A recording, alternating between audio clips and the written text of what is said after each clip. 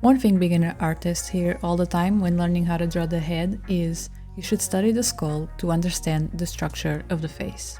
I have previously done the 100 heads challenge, and the weakest point for me seems to be the actual structure of the face.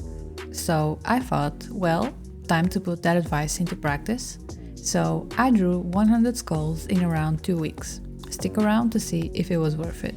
Hi, I'm Jess, a beginner artist sharing my journey of learning how to draw on this YouTube channel. So, without much further ado, let me show you my experience and everything I learned from drawing 100 skulls. I used the 3D model of a skull that I found online as reference for all the different angles that I drew. I'll leave the link to this model in the description below if you're interested in using it yourself. The first 10 skulls were done on the first day, and they were a warm-up practice for what the rest of the skulls would look like. And I was trying different ways to build them to see what would work best.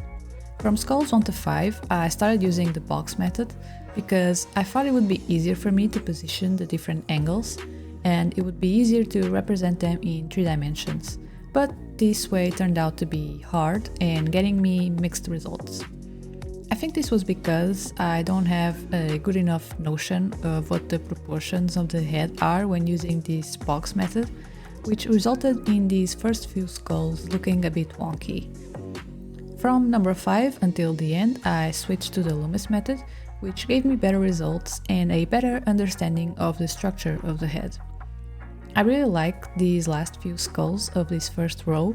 They're some of the best looking ones that I did, but that's because at this point I was just doing a direct copy of the reference without much thought going into the why and how. I kept working the same way from numbers 11 to 20, and I was having some issues understanding exactly what goes on with the cranium. We always learn that the head is pretty much a ball with the sides cut, right? But the cranium has a much more oval shape than what I was used to seeing as a head, so I was really confused about how that could be, but I figured that out later, as you'll see. Also, I'm gonna be honest, but I have not spent any time learning the scientific names for anything when it comes to anatomy.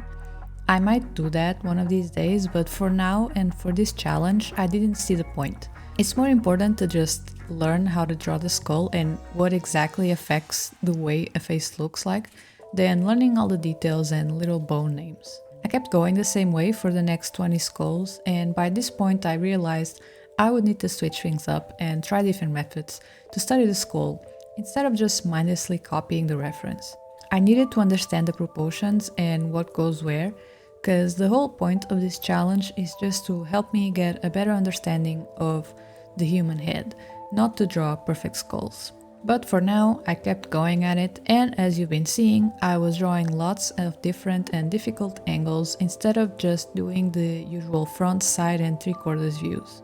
The high and low angles really gave me a lot of trouble, and the results were always subpar, but I tried to remind myself that these were really tough angles that even experienced artists try to avoid, so that I didn't feel bad about it. After the first 40 skulls, that's when the big change in my process came. By this point, I had done all these different studies of different angles using a reference, so it was time to take a step further and see what I had actually learned. I had just gotten Andrew Loomis's book, Drawing the Head and Hands, which I will be using to study the head and his method better, and he has a section about understanding the skull to draw better heads, and something he wrote stood out to me. He wrote, "No one detail of the bone structure is of great importance, but its total shape is of paramount importance."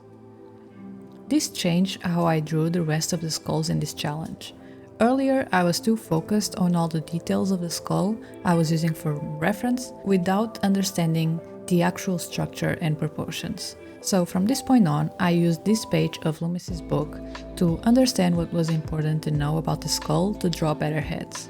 I ditched the reference images that I had for this next segment and started drawing skulls from my head, using the knowledge that I had acquired during the first 40 skulls. It was during this time where I was simplifying the skull that I started to understand its proportions better.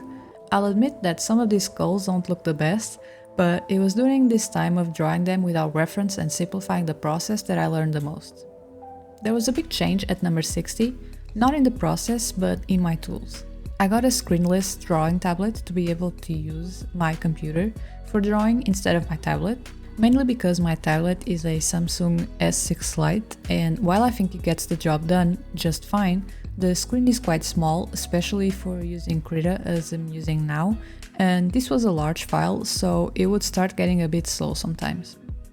As you might be aware, making the switch to drawing on a screenless tablet is quite awkward. It's not intuitive at all, so I'm still getting used to it, but I'm quite enjoying it. I'm saying all this just to explain why I had a hard time with these few skulls. Making a good enough circle with this thing seemed near impossible at times, and while I'm a bit better now after a few days, it's still pretty hard. But it's one of those things that once I get used to it, I don't think I will go back to anything else. But anyway, this is also why I started using references again for this segment. I didn't feel like adding more difficulty to the process, and I also wanted to refresh my memory again and understand what mistakes I was doing previously. Sometimes I would switch back and forth between using or not using references. At this point, I was almost done with the challenge, and I could tell that using the reference and what I had learned in those pages of Loomis's book, these few skulls were actually looking pretty good. The proportions were better, they didn't look so wonky, even the line quality was improving. I tried the box method again a couple times just to switch things up, but that didn't work out that well again. But I was feeling pretty good about this challenge by this point. For these last few skulls, I once again ditched the reference and tried to challenge myself to draw difficult angles from memory. I'll admit that the result doesn't look that good, but I don't think the way they look represent the knowledge that I've actually obtained. Once again, most of these were pretty hard angles to master. It's going to be a matter of more practice going forward. I was also getting pretty tired of this challenge. I just wanted it to be over by this point, so I might have rushed these last few skulls a bit. For the very last skull, I wanted to see if this had all been actually worth it. So I grabbed the reference that I had used for the first skull I did, and I drew it again to compare the results and see how much better it looked. I was surprised with the result, to be honest.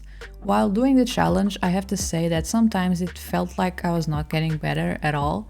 I think all the hard angles were a part of that, but here at the end, comparing the exact angle, I could see the difference between them. The proportions are much better, I feel like I understand the structure of the head a lot more now, and even the line quality improved significantly despite still getting used to this new way of drawing on a screenless tablet. Overall, I think that yes, studying the skull is really important to understand the structure of the head. While doing this challenge, I finally understood how to position the cheekbones and also the jaw, which was always something I struggled with even after doing the 100 heads challenge. Repetition really is the name of the game here when it comes to improving. After this, I'm going to dive in deeper into Andrew Loomis's book and really study his method, so look forward to a video on that in the future. You can also watch my video on the 100 heads challenge here if you haven't already. Thank you so much for watching.